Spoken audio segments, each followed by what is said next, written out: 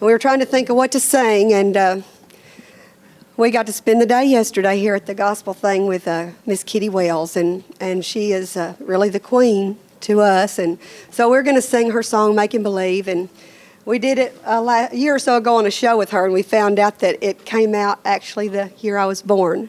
So no wonder that's our song. We love it.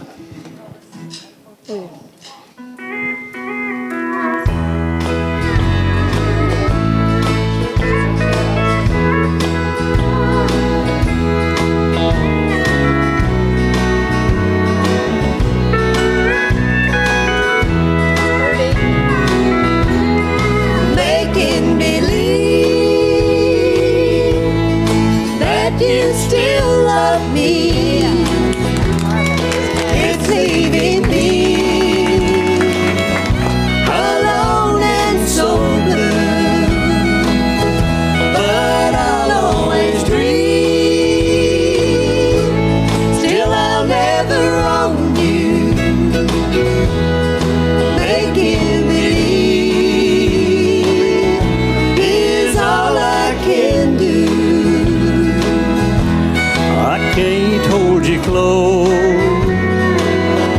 When you're not with me, you're somebody's love. you'll never be mine. Making believe I'll spend my lifetime loving you and making believe.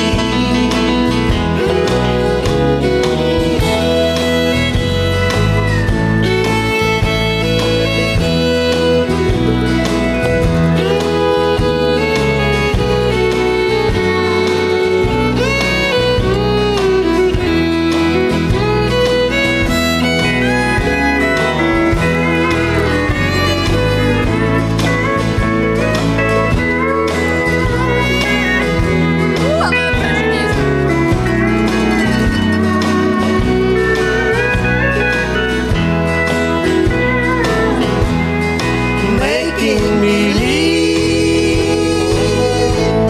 that I never lost you,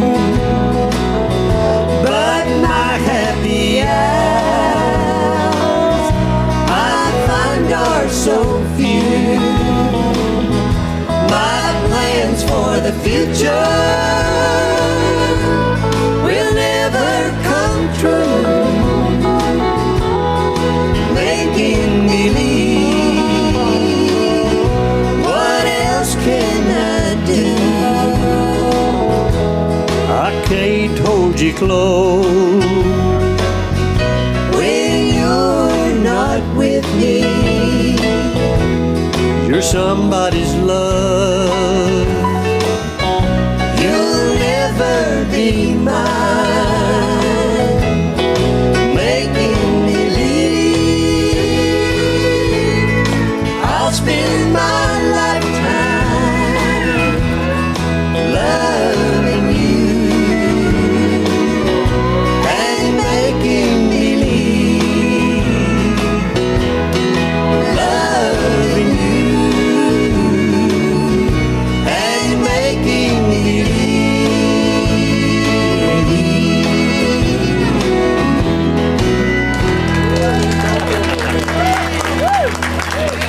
Thank you.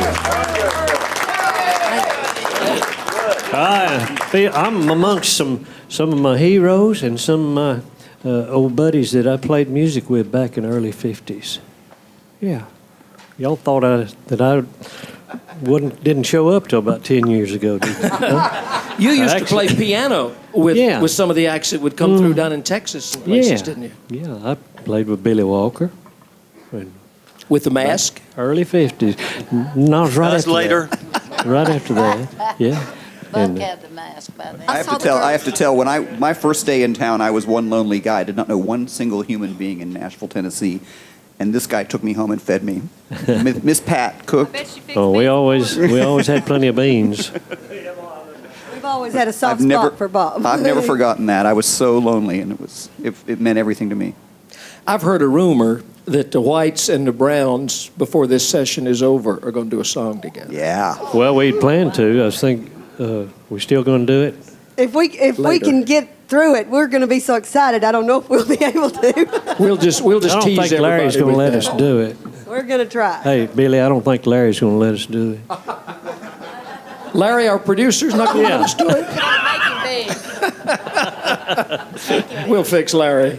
I think it probably has to be one of the most wonderful things growing up in a family where everybody sings and plays and have fun.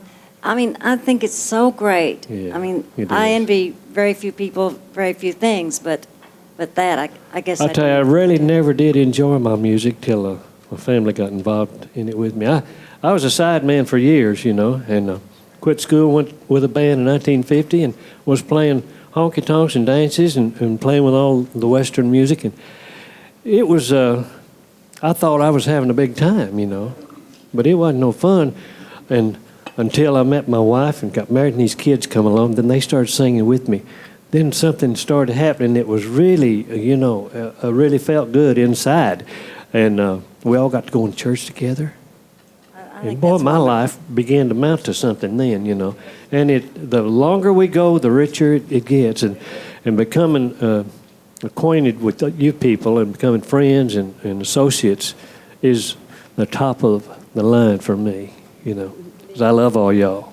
Well, I've seen like Bobby and Jeannie and their family are close knit family, and some of them are well, one of them in particular is into a different field of rock of music now, and but I mean they're really close, and I love to see that because they're like Bobby goes up and hugs his son and says I love you, and they do that. I think it's so important. Tell them about Bobby Jr.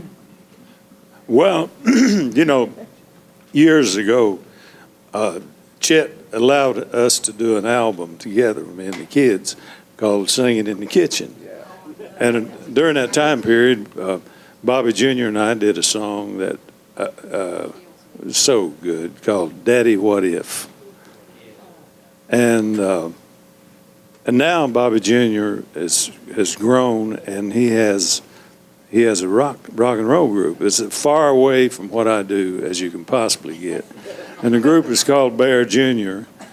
And it's the most played rock record right now in America. So maybe he'll support me now that I've supported him all these years. But it's exciting. I think family harmony is without a doubt the greatest harmony in the world. The Whites, the Browns, their harmony is so great. They phrase so meticulous. And, of course, Chet produced all those first records on the Everly Brothers, and we all know what great harmony that is, where two guys sound like five. Sisters? Anybody remember the Davis? I know Chet does. But family harmony is the greatest in the world.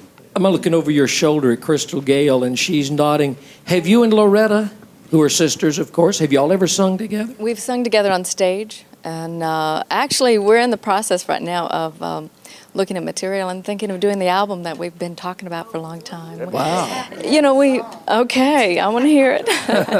You know, it's just, you know, in Kentucky where I was born, and we were all born back there, and that's what we did for entertainment. You know, that was what we loved. You'd sit on the porch and you'd sing, and you know, I never thought, well, I'm going to learn to sing because I want to be a star.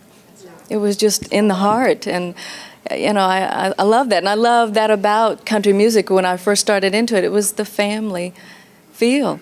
Everybody, as you said, they'd spend the night here, they'd go there, they just took care of you. And, you know, we miss that now. You know, it's not there like it used to be, and, you know, that's When what I I loved said about it. Loretta, there's another sister, Peggy Sue. Peggy of Sue. course, yeah. Peggy, she tours with me and sings harmony and also sings solo as well. And So if you and Loretta do something, it'll Peggy maybe will be do all it three too. of you? Oh yeah. Wow. Oh, you know, when we go out on stage, we got to work together this past year at a fair, and we hadn't seen each other for a long time. So when we hit stage was really when we rehearsed. I'd end a song and then she'd start another one, and I'd say, okay. People loved it. You know, we have fun. fun. That's what we say. You know, we do a lot of laughing. If we flat or sharp, we don't care. You know, it's the feeling that's there, and that's starting in this business.